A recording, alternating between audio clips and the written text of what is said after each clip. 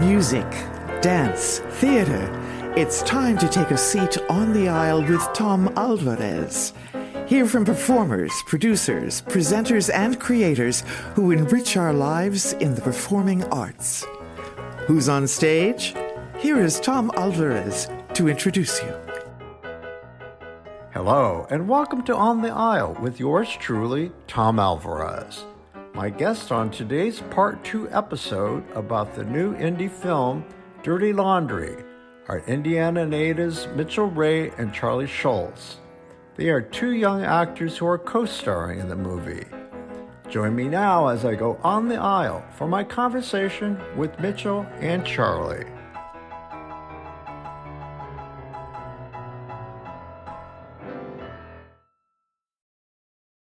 Looking for ways to save on your energy bills? AES Indiana has you covered. From smart thermostats to home energy assessments, we offer simple solutions to keep your home comfortable and your costs down. AES can help you save money and energy with kits, tips, rebates, and more. Visit aesindiana.com/ways to save to learn more about how we can help you save money.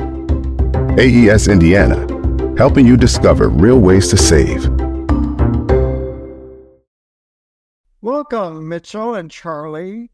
So happy that you could join me today. And you are calling from Savannah, Georgia, are you not? Yes, we are. Yeah, Thanks for having us. And for those listening, this is a Zoom call, so I'm looking at your art on the walls behind you in your brand new apartment, correct? Yup. So tell my listeners, and then we'll get into how it is that we know each other and what we're going to talk about. But tell my listeners a bit about yourselves. Why are you in Savannah, Georgia? Why don't you go first, Charlie? Yeah. So, I think it all started. Well, I went to Savannah College of Art and Design, and so does Mitchell. And there we both studied film and television. And my whole journey really started when I was probably, like the second grade. And it was just, I grew up with an older brother and an older sister. My older sister was very involved in ballet, and my older brother was very involved in lots of different sports. And so I was the youngest kid, and I had about a 7-8 year age difference between both of them. So because of that, I spent a lot of time going to their sporting events and ballet recitals, and I would spend a lot of time on my phone, and I would just watch movies and movies and movies, television. And I really just fed that into myself so much that it became like my whole life and everything I really cared about.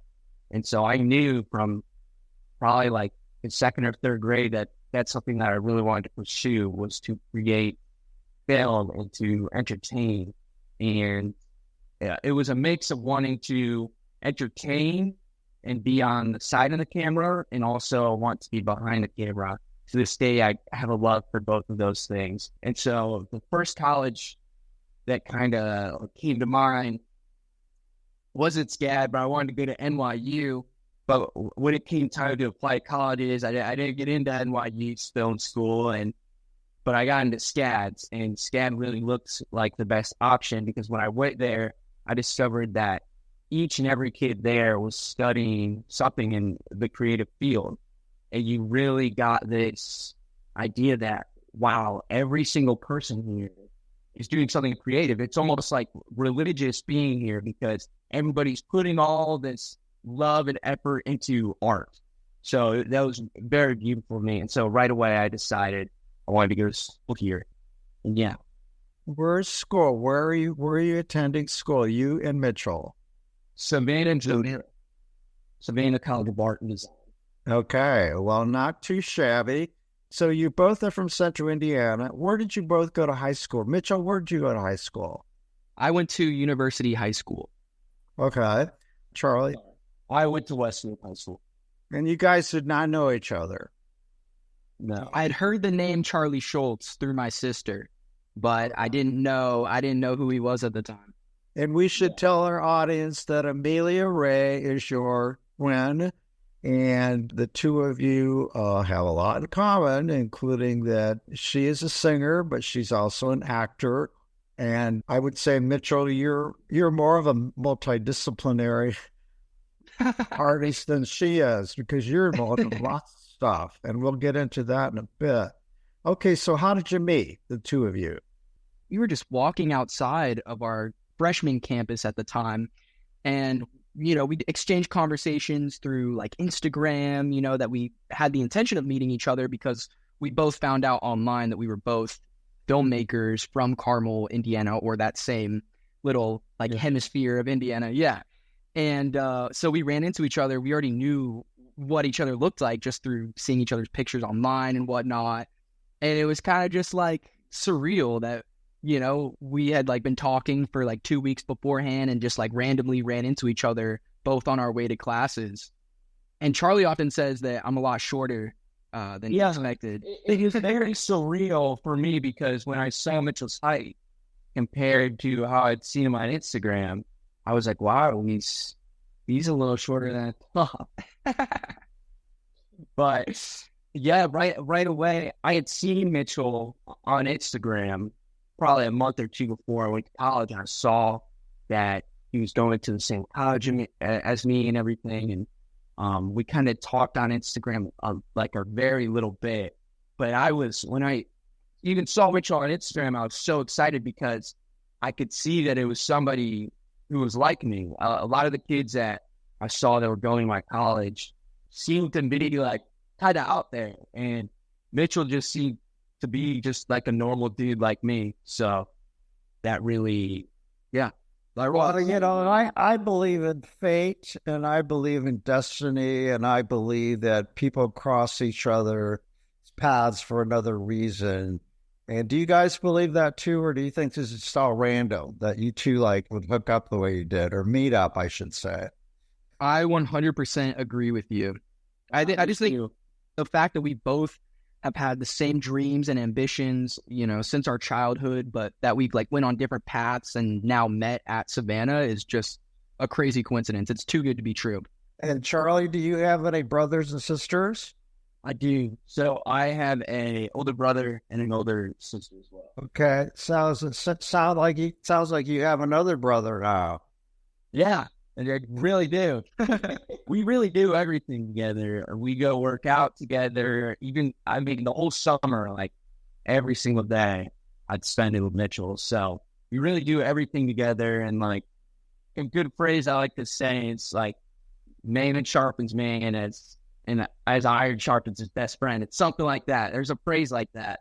And I believe it's very true because we really do, I feel like, sharpen each other, and constantly being around Mitchell, motivates me to work harder, and I think it's the same for him.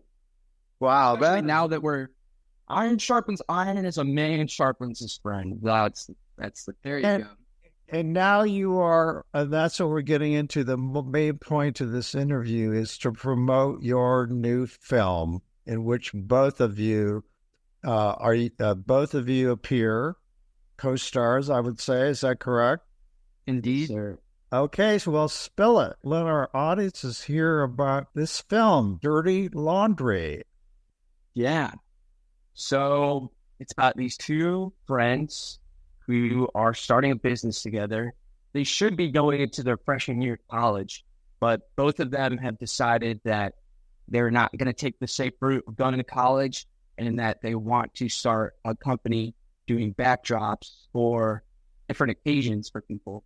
The film takes place in the 90s, and it's very trying to fit in all those 90 vibes and the memories and all the things that wrap around the 90s. And it starts off as a story that seems very silly and lighthearted, but it turns into a serious drama eventually. So it starts off kind of fantasy, where these boys get these magical coins from this woman, and once they put the coins in the machine, they can't lie to each other. And it starts off kind of silly, but the things that start coming out between them are very serious, and it really turns into a drama. It goes from kind of a fantasy film to a real drama. Like you would imagine or have experienced yourself, like even best friends sometimes hold these serious things from each other that they're afraid might, harm their relationship or take it in a different turn. And that's why I think this story is so powerful, and I think why it resonates with a lot of people, including me and Charlie. And yeah. Were you approached? And I guess we should talk first, though, about, and shout out to the director, Rocky Walls. How did the two of you come into his orbit? Yeah, so I think Rocky found me online or, through my old agency and saw a bunch of photos of me when I was a child actor, of course, back in the day. So I think he saw the pictures of me on Disney Channel and whatnot and had reached out to my old agency and asked them, like, hey, is this kid still around? Is he still acting? And they didn't really have an answer for him since I took such a long hiatus and break from acting. So he reached out directly to my mom through social media. And, she had told me about it. She said that there was this director that was interested in sitting down and talking to me and, to audition for this role as Kyle Miller in Dirty Laundry. And I was a little hesitant at first, I didn't know if I wanted to jump back into the film world. I was originally going to major in fashion design at school, which has since changed, but we can get a little more into that. Yeah, so I sat down and talked to Rocky over the summer before coming down to Savannah. And he pretty much told me, that production would start in the months of winter or like during my winter break. And, just pretty much left me with the script and with those thoughts and told me to, go look over it and read it and see what I thought about it and get back to him and let him know if it was something I'd be interested in doing. And he left me with this remark before I went down to Savannah that all he needed after finding me was another boy to be the same age as me, to be a teenager, a Latino, all these specific, archetypes. And so I was like, yeah, sure. What a coincidence that I'm going to find some kid in Savannah, Georgia, that happens to live in Indiana or nearby that's also an actor. It just seemed like too far of a reality.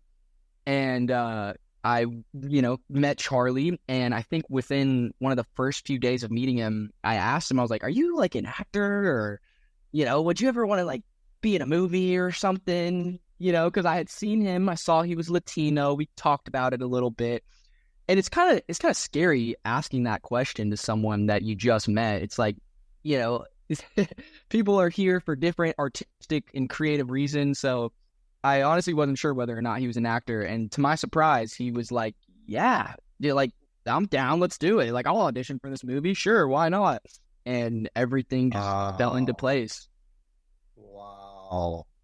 Talk about being anything but random. I mean, that's just remarkable. So, Charlie, when Mitchell presented this to you, it sounds like there was no hesitancy on your part.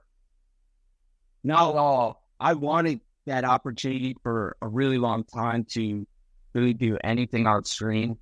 I had done Christian youth theater growing up, starting in 5th grade, and that was really the only production company I was a part of, except for doing high school musicals. And so when he gave me that opportunity and told me about that, and I was immediately in.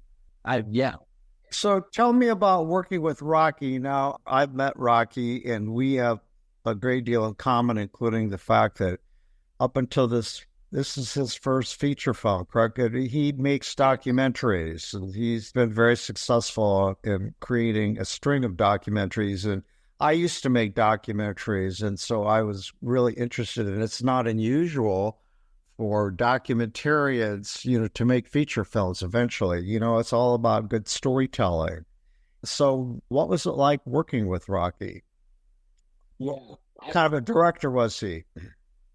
Well, I like what you said about documentary artists and storytelling. I really think that since Rocky is used to telling documentary stories, he's used to telling these real thick, true stories, because we're working in documentary work.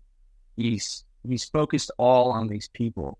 And when it comes to being a director, from what I've learned from him is that you really need to put your actors first. You need to be there with your actors and really know everything about how they're experiencing stuff and how they're feeling about these lines and how they're feeling about these characters that they have to become. And that's something Rocky did extremely well. And he had these amazing communication skills of getting stories out of people that he had developed through documentary work. And he was able to use those skills to craft us to really fit the characters in the way that he wanted them to be. No, he's a great communicator.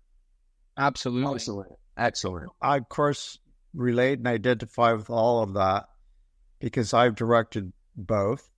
And I know that, and I'm also an actor. I don't know if Rocky acted, but it's all about communicating. And it seems to me that directors who work in documentary format, they're used to reality and they can help you as an actor achieve that, can they not? Absolutely. I think a huge part in the moment acting, like James Dean, he started this revolution of teaching actors not to be fake, not to be phony. Don't look like you're acting. Just be in the moment. Exactly. I think a huge part, too, of being a good communicator, too, is being a good listener and a good observer and watcher of people. And I think that's just something that Rocky has naturally become so talented at, like through his entire, work of working on documentaries. Because when you do a documentary, you've got like a loose script, but it's not like you're writing out like a narrative, like word for word, what's going to happen. It all kind of just comes together in the filming process, being around these people and, letting them share their story. And that's where the story really comes about. And I think get an interesting take on this film, because not only did we later find out that it was loosely based on a true story, but also he was watching me and Charlie and he got to know us before we started filming. So we did months of Zoom rehearsals, where he would just talk to us for a certain amount of hours and then we would get into it and rehearse our lines. So he really understood, by the time we were getting ready to film, he really understood who we were as people, what our true intentions were, what our mannerisms were like. And he kind of helped us bring those to light when we were filming. Of course, you want to be as natural as possible, but it's easy to rehearse lines over and over, and it just sounds dramatized and theatrical. And so he really helped to reel us in and bring our truest selves out of it. That's so interesting. This didn't happen in the COVID era, right? This is afterwards. But the fact that you did rehearsals on Zoom, I mean, a lot of creative work was done during COVID on Zoom. So it's still interesting. Well, you didn't really have any choice. If you wanted to do that work, you had to do it online because you were down there. And yeah, we were in college still. Yeah. Well, that is just really, really interesting. Fascinating, actually, that you were able to do all that prep work online. So let's talk about, I saw on Facebook today, did you see the post where it sounded like he got his first review. And you complimented him on the script. Yeah, I saw we've got a couple reviews up on Rotten Tomatoes now. And we have? Publishing, yeah. It's already out there for previewing by critics and so on and so forth? I believe so, yes. Okay. So when does it premiere? It is going to premiere. The world premiere is going to be at Heartland Film Festival at Newfields in Indianapolis on October 13th. Oh, that's fantastic. Mitchell, your mother, Chauncey Wray, who also happens to be your manager, clued me in that she did not know the premiere date yet. And apparently I was invited, and so I can't wait now that I know when it is. So you're going to have a red carpet and all of the trappings? I think so, yeah. We actually just found out. We just found out last night. So I think that is so cool. How are you guys excited? Super excited. Me and Charlie both got the privilege to attend a premiere called The Duel. Not sure if you heard about it. I saw it on Facebook. Oh, yeah. It was huge in Indiana, especially since... Did you meet Gordon Strain? We did. He's great. He's a great Isn't he amazing? Yeah. Yes. He teaches theater, scene design at Franklin College, right? I didn't know that. Oh, yeah. He's a long theater. He used to do sets for the Indiana Repertory Theater. And that's crazy. He does scene design for the college, for its theater department. And so I don't know when he got into filmmaking, but yeah, he's a consummate artist. So, Oh yeah. okay. And you got to meet all the people involved with Pegasus, right? Oh yeah, they're awesome. They're really inspiring, especially for me and Charlie, just since, they're based out of Indiana and they were once boys like us with, huge dreams and ambitions, and they're bringing it to fruition. They're bringing it to life. So, well, let's cross our fingers that you guys get involved one way or another, behind the scenes or on the screen. Could happen.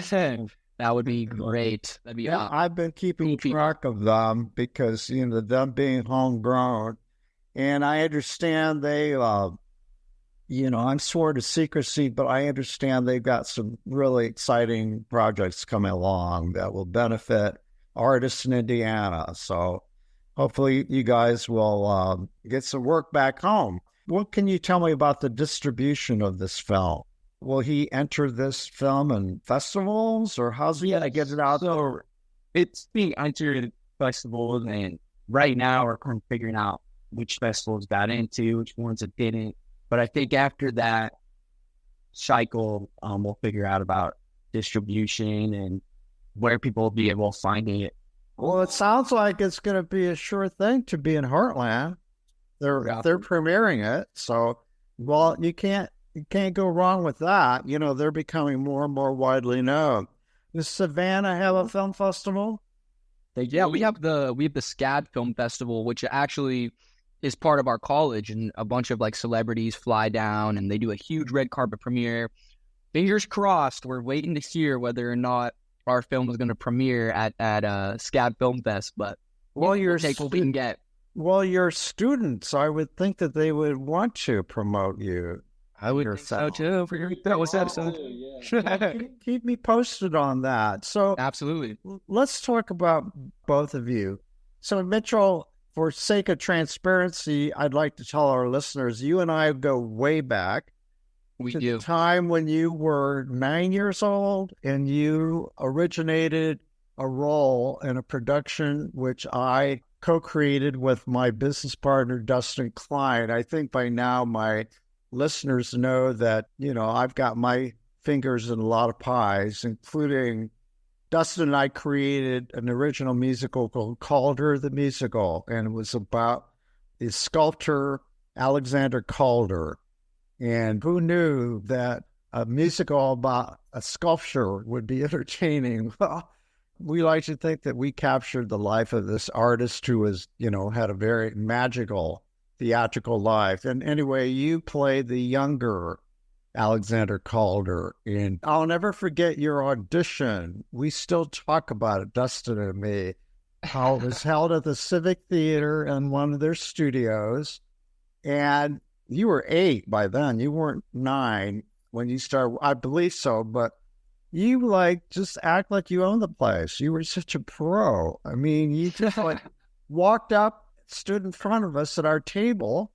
You were not the least bit inhibited. And I think the copy you did was for a PSA of some kind that you had appeared in. And you just nailed it. And we looked at each other and said, who is this kid? But, even before that, I actually technically met you when you played in the Velveteen Rabbit at the children's play. And I'll never forget, I met your mom and dad, and your mom came up to me, bless her heart. I knew then that she was a manager type because she schmoozed me, right? Oh, yeah. And then I wrote a review, and then, your mom stayed in touch, and she told me that it was your very first review. And so I'm very proud of that. And then, of course, we did a production of Calder at the Indie Fringe that year. Then you got signed to a contract for Finding Neverland, the musical. And then you were off to New York, and then you traveled the country. Then you got the lead role. I mean, it was astounding those couple years. Oh, well, thank you, Tom, for everything. You really geared me and set me on the right path to be able to accomplish, such big dreams at a young age. Oh, listen, I was just one of the village of people who supported you over the years in Indy. Don't you agree with that? It takes a village. I think it takes a village, but I think it takes, leaders in that village to really set you down the right trail. And, well, I mean, come on. I have an ego like every other artist. I feel really good that, you should, Tom. I can claim to be one of the people who discovered you, for God's sake. So I'm very proud of that. And so is Dustin. But anyway, so then fast forward, our paths keep crossing, and then, of course, your sister Amelia, it's the same thing. I have watched your career, and now to see that you completed your first film, it's just really satisfying to know that you're an adult now and you're continuing on this path of using, especially your acting talent. Of course, you dropped out for a little while, and then I have to add to that, I talked you to coming back on stage to play a small part in a production of The Glass Menagerie. Yeah, that's true. That was put on by our company, Magic the Cabaret and Catalyst, and that alone did not reinforce your desire to go back to acting, did it? But it was part of it, was it not? I think it was part of the domino effect that eventually brought me back out of my shell. I'd been out of acting for, 3-4 years maybe at that point, and I knew that I still wanted to do something in the film world. I just wanted to take my studies in high school seriously, and learn how to be a kid for a little bit and just kind of be out of it. But no, like I said, it was like a domino effect, because I had no intention of returning to theater at all. And, you presented the role and told me to think about it. And I did a lot of thinking and, realized that it would be good for me. And, it was only a small scene, but it was an important scene. Yeah.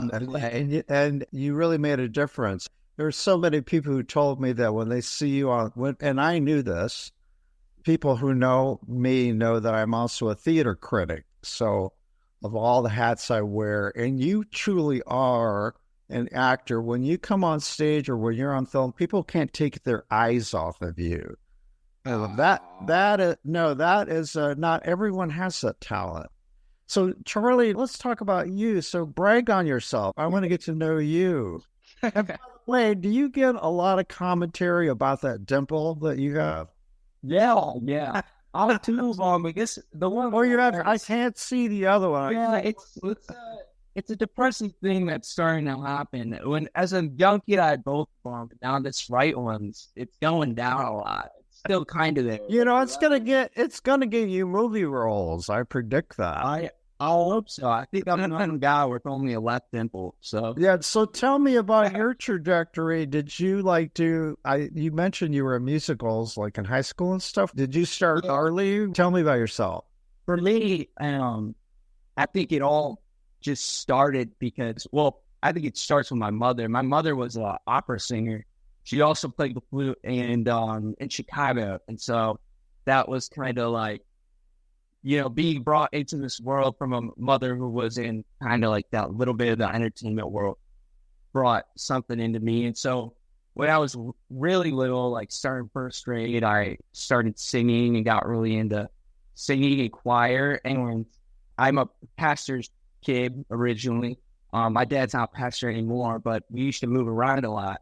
So I really grew up as this kid who to talk a lot because I was around a lot of different people and I was in the church and around all these different people.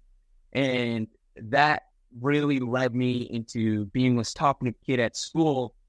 And at some point, I think around 3rd or 4th grade, we had moved so I was born in Illinois and then I moved to Nebraska and then I moved to Minnesota and then I moved to Valparaiso, Indiana. And so we had just moved to Valparaiso, Indiana, and I was in, around the 3rd grade. And my mother said that I should start getting into acting. And so it was there where I started doing some elementary school, acting stuff. And then in the 5th grade, when I moved to Westfield, Indiana, I started to get involved with the CYT theater. And they did 12 Angry Men. And it was with kids from the ages of 8 all the way up to seniors in high school. And I got the role as the main antagonist there. And that for me was the first acting opportunity I had. And it made my whole life.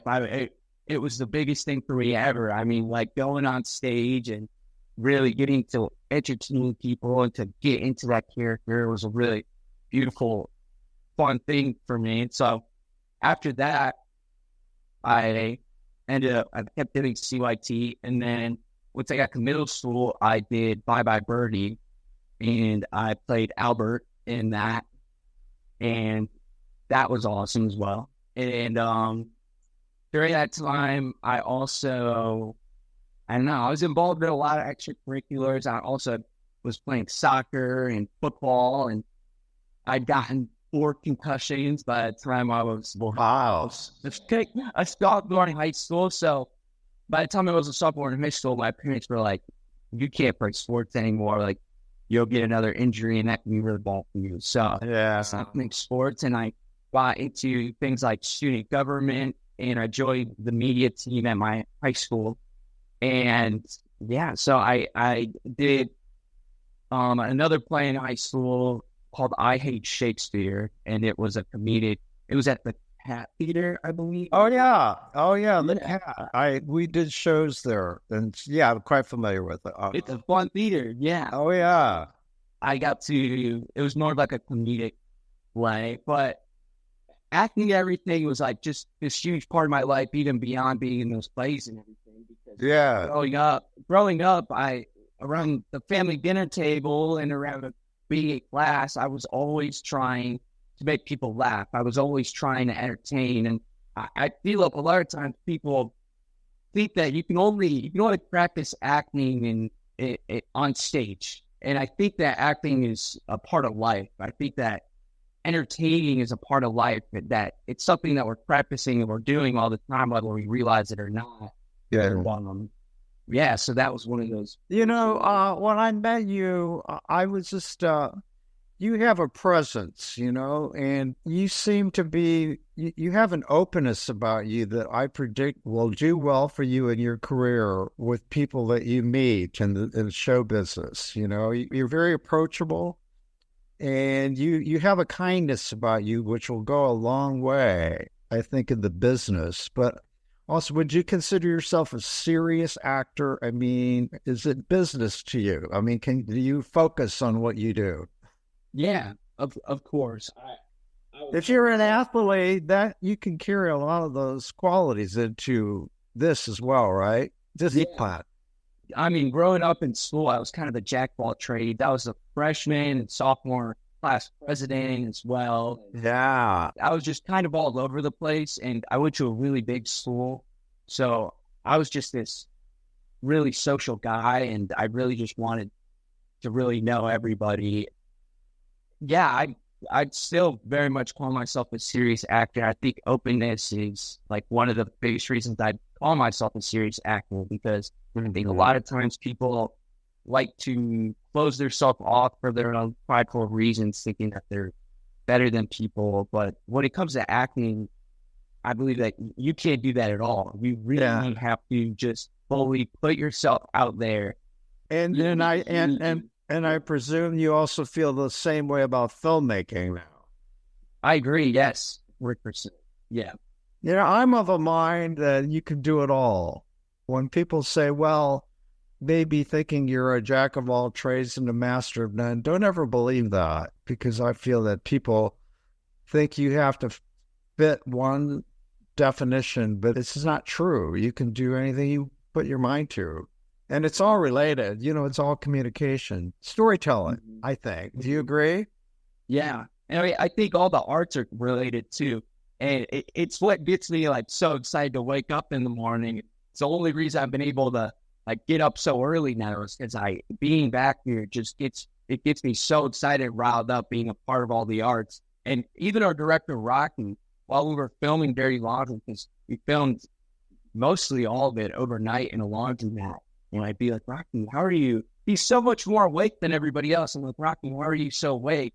And he was like, this is like the most exciting thing in the world to me. It's like, just doing it is like drinking, this. Oh yeah. Life, this flash. That's where you want to get as an artist. You cannot wait till the next day. to do the work, and you wake up, it's like, oh God, I can't believe I get to do this. Yeah. So that laundry for both of you, I may have told you this, Mitchell, but I actually did my laundry there for 3 years. Yeah, I did tell me that.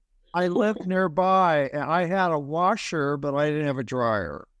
And back then, I was just starting my career. I didn't have a lot of money, so I had to schlep down to the laundromat on Keystone, which is about a couple of blocks from my house on 46th Street. So, yes, I spent a lot of time in there people watching. The people watching was just great.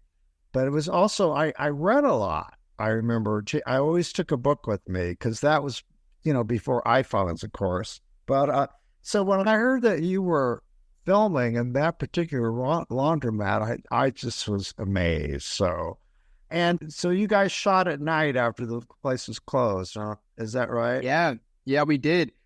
They wanted to keep, the laundromat open during all hours of the day since, even though it is older vintage style, like there are still many people that go there every single day to do their laundry. So yeah, we shot it starting at, I believe, 8 p.m. every night. We would show up and they would be closing it down, hurrying people to get out. And then we would film until, sometimes 5, 6, 7, and 8. all of the actors that you work with were all local, were they not? Yeah, I believe. Yeah. I think there were a handful of them that maybe came down from Chicago. Okay. Or, but all in the Midwest region. Like 2 of them. Yeah, did he hire SAG actors? Nope. Or professional actors? Okay. Were they all like theater actors for the most part?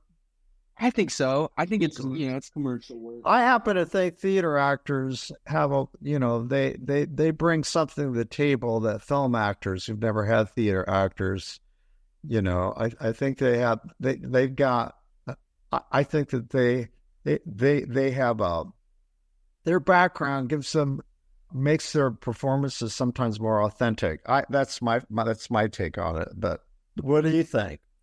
I think it definitely helps confidence and presence, and it definitely, it definitely helps practicing acting and putting yourself out there and exploring different characters. But I've actually found that, doing theater has almost, wanted to make me more of a naturally theatrical person on camera. And, and you can see a little bit of that in Dirty Laundry in my acting. But I've talked about this with like Charlie and my director, and it doesn't do a disservice to the film. Of course, because we are playing these characters that are rambunctious. But like Charlie, theater actors have to learn how to pull back. They're used to doing these big expressive kind of things. So it's great to be able to jump from from one to another. I predict by the time you guys are professionals, you're going to be doing it all, because these days, most performers, if you can sing, you want to sing, and you want to be a cabaret concert, movie star, theater actor, and do it all, and direct. And more and more people like that, though. That's the reality, to be marketable. And so I've been to Savannah. I love Savannah. Have you guys gotten around to reading the Midnight in the Garden of Evil? I haven't. I've heard of it, though, and I heard it takes place in Savannah. Oh, yeah. I've never heard of this. Tell me a little bit about it.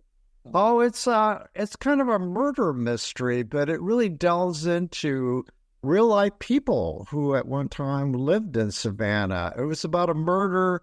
Oh, I can't remember, but it was someone very famous, and actually the house is like, one of those gorgeous houses on one of those parks where the fountains are. Do you love Savannah? I mean, are you guys into architecture and history? Oh, yeah. Yeah. Have you explored much of it? I'd say so, yeah. It's absolutely beautiful here. And when we were looking for an apartment, we really wanted to be close to Forsyth Park, which is just a block away from us. And it's Forsyth. That you mentioned that. Is that a famous? It sounds really familiar. Yeah, so it's this big, really big park. The whole thing, like around the whole thing, is a mile around the whole thing. They're like squares. Oh, they don't remind me. Yes. Get up squares with boxes And then there's Foresight. So there's all these little squares, and then there's one big square, which is Foresight. There you go. Okay. I knew what you loved. These huge mossy trees, and they're absolutely beautiful. The mossy trees here. So, and tell me about Savannah, your university. Is it everything you thought it would be? Yes, Savannah College of Art and Design. So tell me about it. Is it everything you thought it would be, or more or less?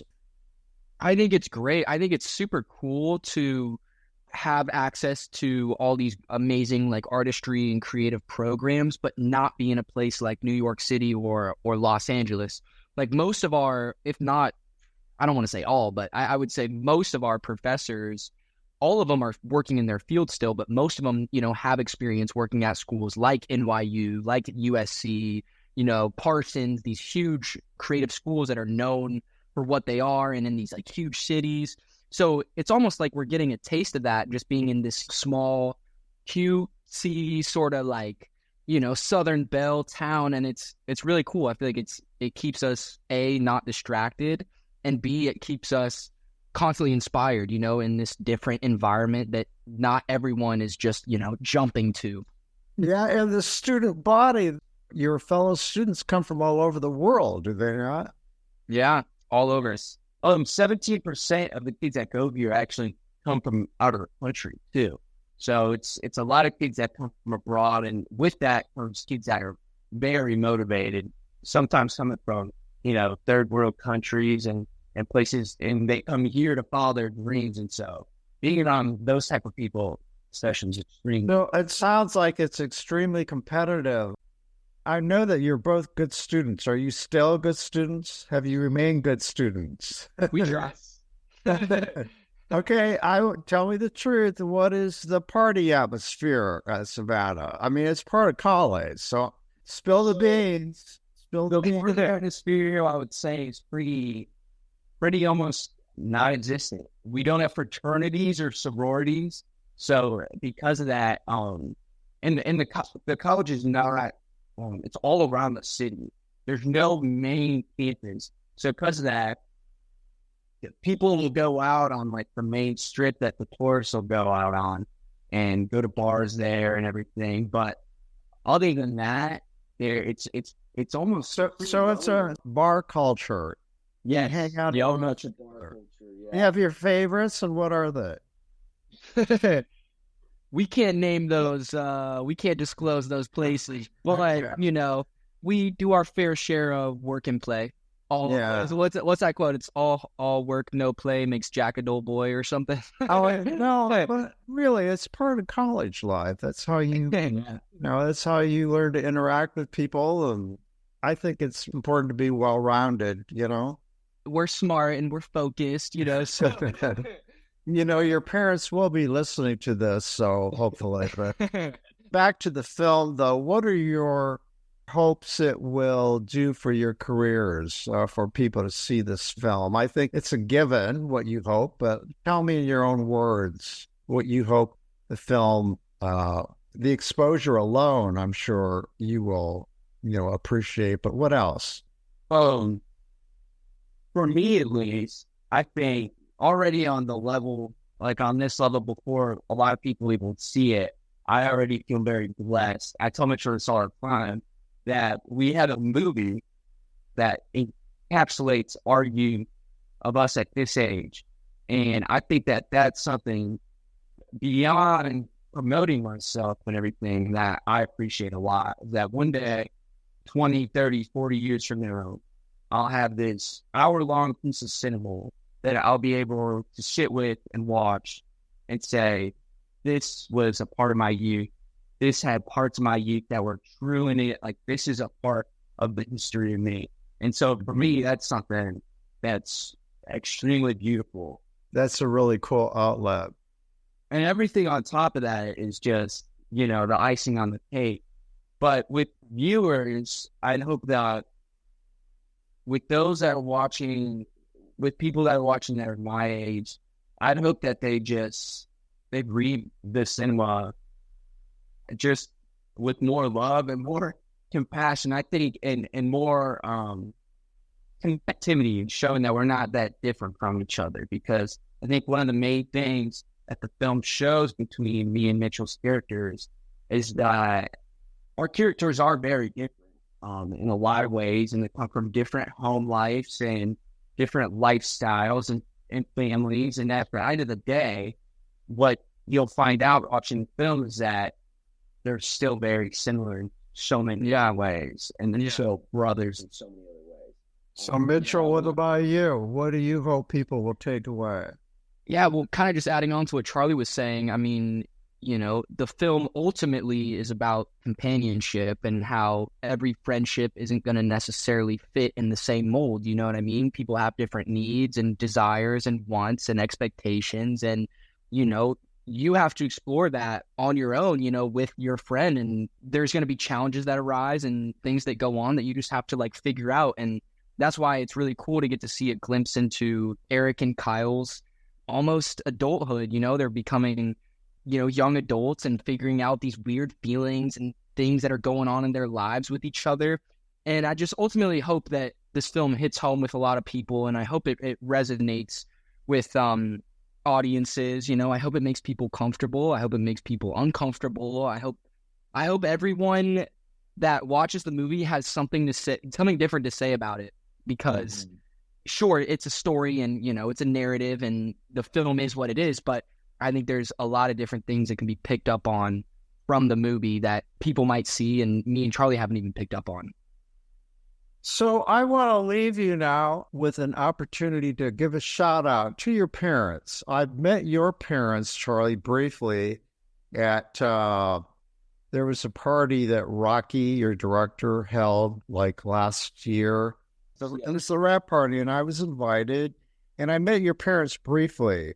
And of course, I've known Mitchell's parents, Corey and Chauncey, and of course, the lovely, talented Amelia, again, since he was 8. So I know quite a bit about them, but I know that both of your parents have been huge influences on you. So is there anything that you want to say about them, share with the audience? Because, you know, supportive parents counts a lot when you're in school, and you guys certainly seem to have gotten just tremendous support. So why don't you tell me a bit about how your parents helped you, Charlie? Yeah. Well, Well, you mentioned already your mother, the opera singer, and your father, the pastor, right there. Yeah. They're really different. But I think with my father, I just have to be so thankful for how different they are and how they juxtapose each other.